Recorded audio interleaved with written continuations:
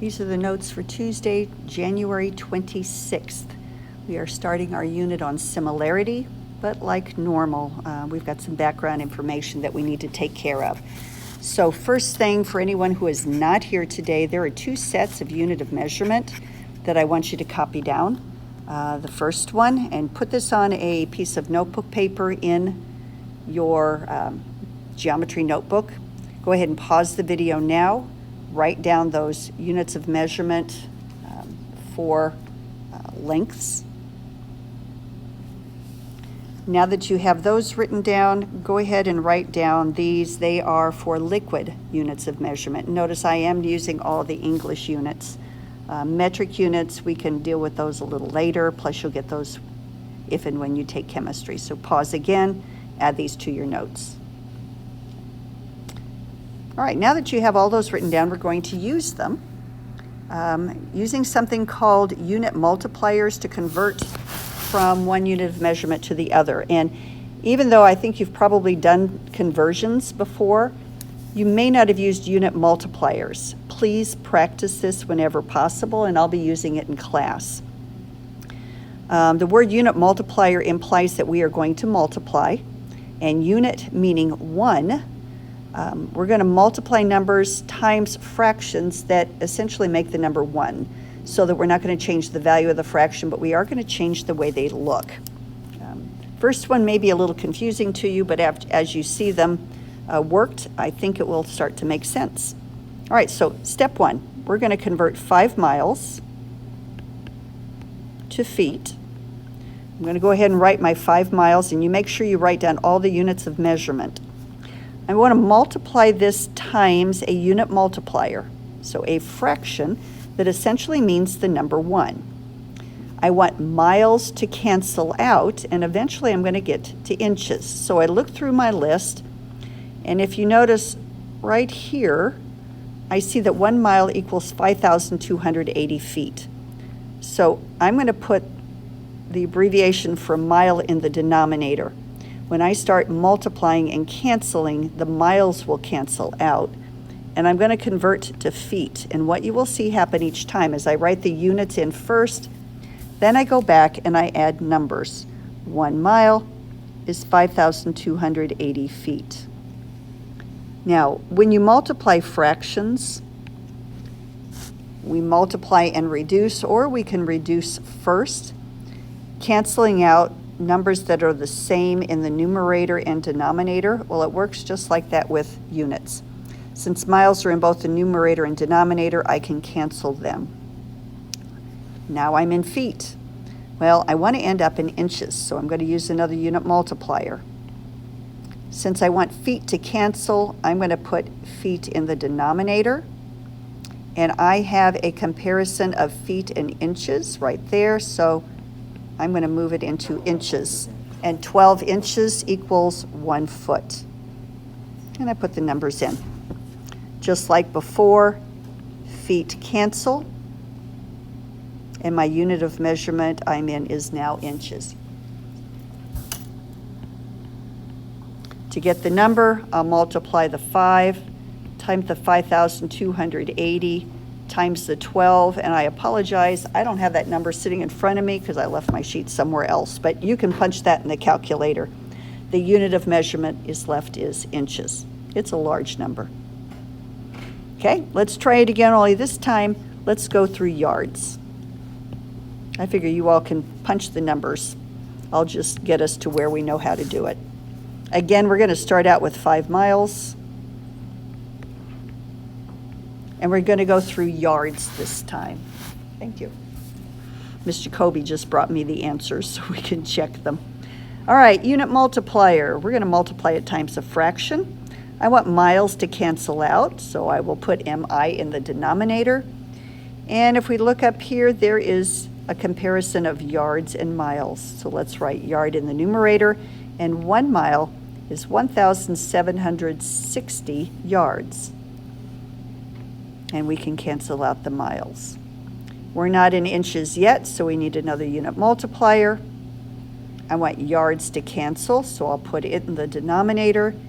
And if you look up at the chart, you see that 36 inches equals 1 yard. So we can put the inches in, put the numbers in, cancel your yards, and we end up with 5 times 1760 times 36, and the only unit of measurement left is inches. And by the way, when you multiply both those products, you will get 316,800 inches.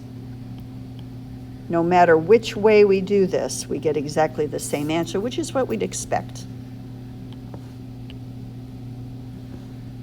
Let's do another one. This time, let's use those liquid units of measurement. This time, we're going to convert 10 cups to gallons, and this is going to be a little lengthy, so get ready. 10 cups. That's what we're starting with, so I'm going to write the fraction over 1. And I look at what cups is compared to. Well, cups is compared to pints.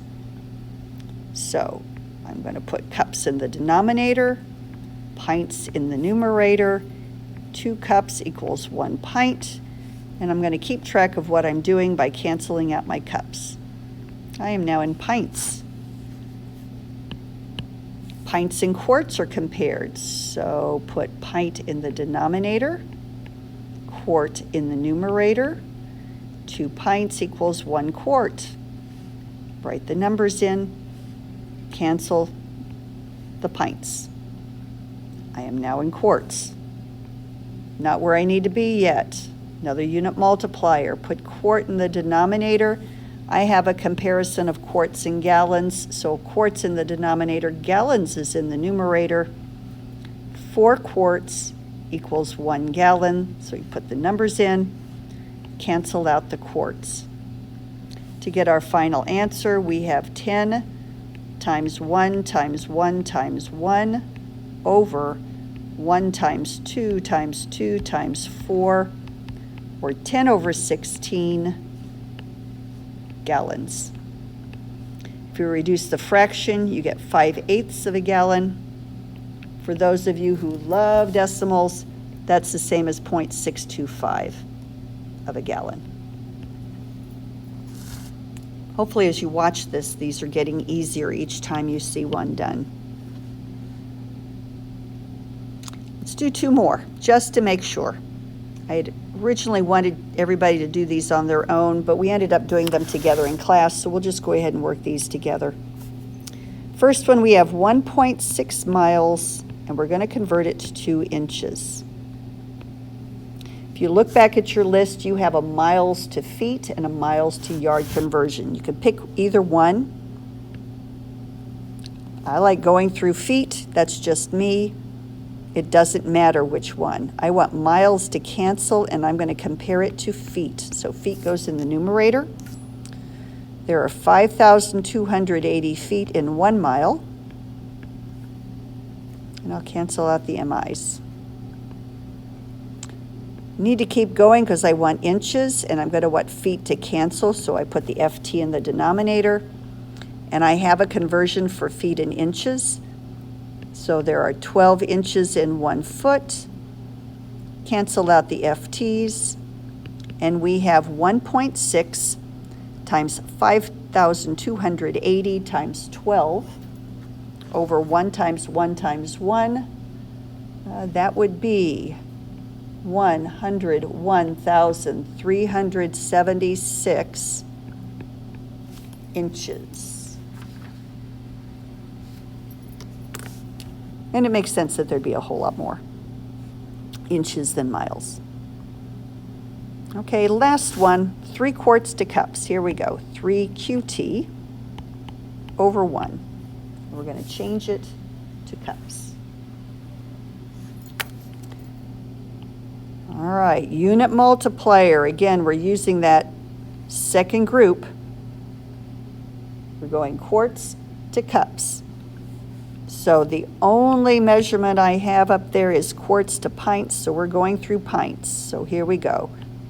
Quart goes on the bottom, pint goes on top.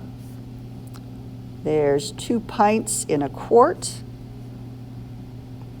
Quarts cancels out. I'm in pints. I need to keep going because I want cups. So put pint on the bottom. I do have a unit of measurement for cups. There's 2 cups in a pint. Pints cancel.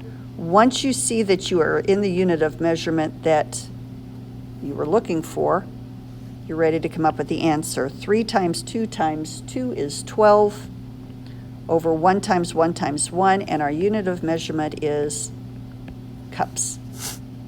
And we're there.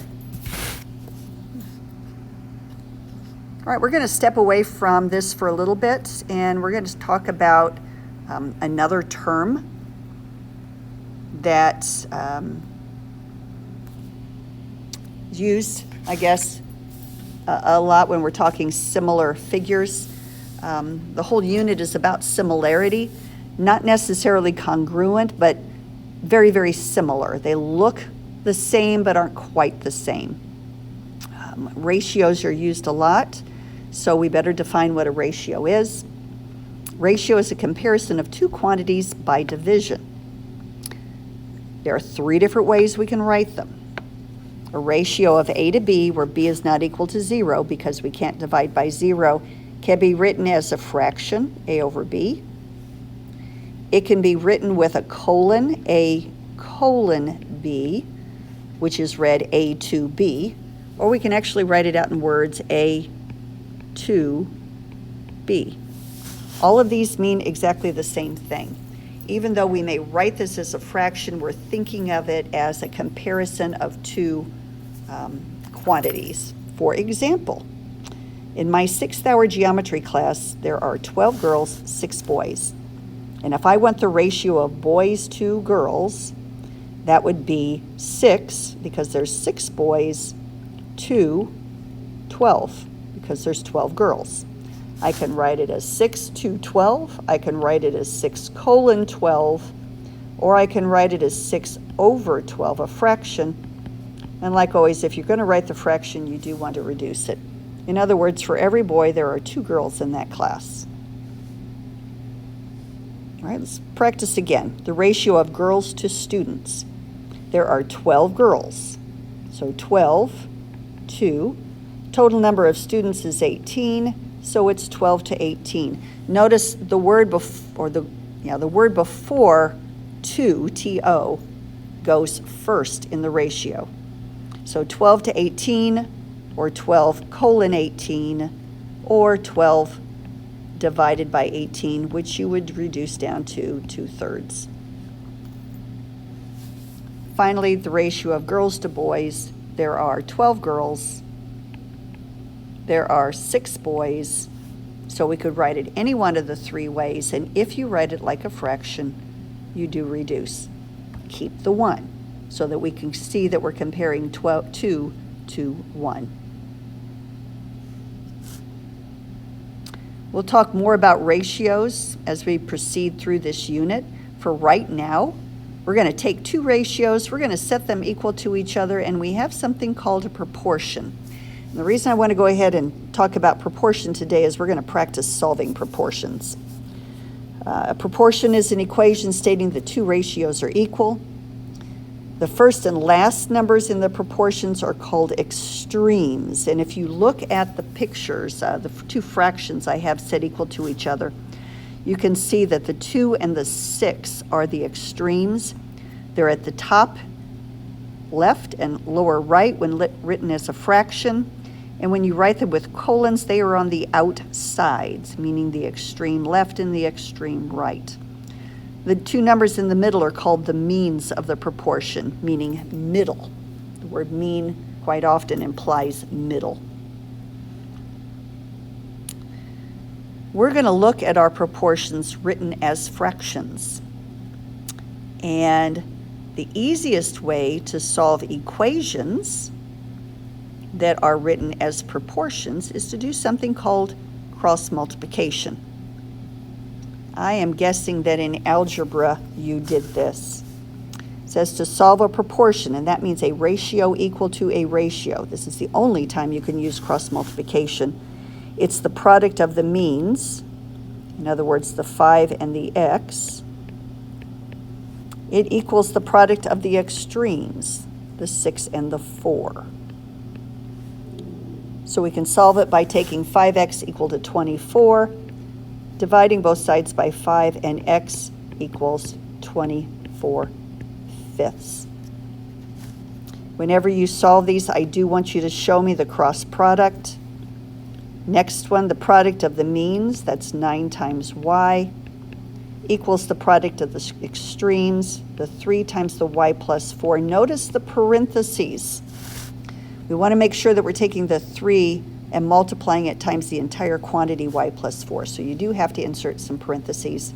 And then solve the equation like you would any algebra equation. Distribute the 3, subtract the 3y from both sides of the equation, and then divide both sides by 6. And we get y equals 2.